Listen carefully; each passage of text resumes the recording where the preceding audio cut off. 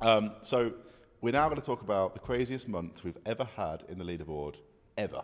By far, as By well, the craziest long, long month. way. Yeah. And let's get stuck in. Yeah. So first, we're just going to look at some of the market conditions which have shaped the month, as we always do. We've iterated on from last month's graph where we just showed the price to look at the daily spreads available in wholesale markets. So every bar here is a different day in a month. Yeah. Yeah. And we've got the daily available spread for a 1 hour system cycling once per day. From which market? From day ahead? From the Nord Pool day ahead hourly auction. Okay, so day ahead you could have made over £200 a megawatt hour on one of the days and over 150 in a few days. Yeah. Cool. And as we'll see, most participants in the leaderboard were in frequency response markets this month, but for some particular assets, the wholesale revenue played quite a big part, and we'll get onto that in a few slides. Just a comment on that. Yeah. It's June. Yeah, which it's June. Yeah, I know. And we're seeing £200 spreads day ahead. Okay. Which is cool. And then the balancing mechanism. So BM activity is at basically all-time low. I guess I think it's fair to say, especially in like the last 9 months. So 1, 2, 3, 4, 5, 6 bars on there. So only 6 days of the month did a battery or batteries make money in the BM, or actually do anything in the BM. Yeah, is that right? And this is every single asset in the leaderboard added together. So when we're looking at £169 per megawatt, that's across all 40 assets, which is, it's basically something we're going to keep an eye on, because I think it's a shame that batteries aren't getting dispatched in the BM. But at the moment, it's just very low.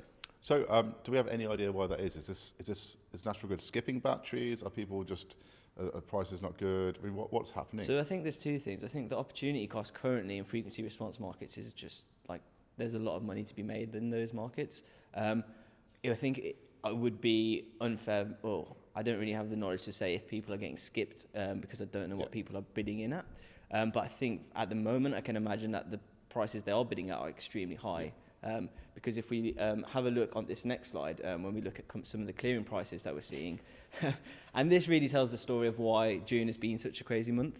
And we have there all the dynamic services. Right, first thing to say is that December was a crazy month. Yeah. Right? December was a crazy month. Everybody remember December was a crazy month.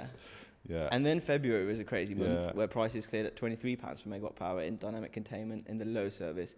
But this month we reached an all-time high of £38 per megawatt per hour. And so this is the average clearing price volume weighted for the month, which is just insane. Oh, yeah. Okay, cool. And then we have the other dynamic services, regulation, moderation. And we still have regulation, which has dropped off from its first launch in April, but it's still sitting at about £25 per megawatt hour, which is still great. So for reference here, when dynamic containment launched and everyone was putting in £16.99 or £17 and the cap was £17, and we all thought this is crazy high, don't get used to these numbers, blah, blah, blah, blah. Yeah. And now we're more than double that. Yeah. Yeah. Which is, Nothing to see here. Yeah. Which is incredible. And really this translates into the next slide, which is looking at the average fleet revenues for the month. This is, you can see there on the far right June, and you can really see the impact the high clearing prices in DC have played. Is that over? So that's 200. It's roughly £260,000 per megawatt per annum. So what's that for this? I can't do the maths. It's like over 20, 25. Yeah, so we're looking at around £23,000 per megawatt, roughly. Wow, and that's the average, right? Because some people are still in FFR. Yeah, which is insane. It's largely down to DC, but also in FFR there's been some really good accepted bids, especially in EFA blocks 5 and 6, as we'll get onto. Okay. But because of the way that the dynamic containment's rolled out this month, it looks a lot smaller comparatively on this graph.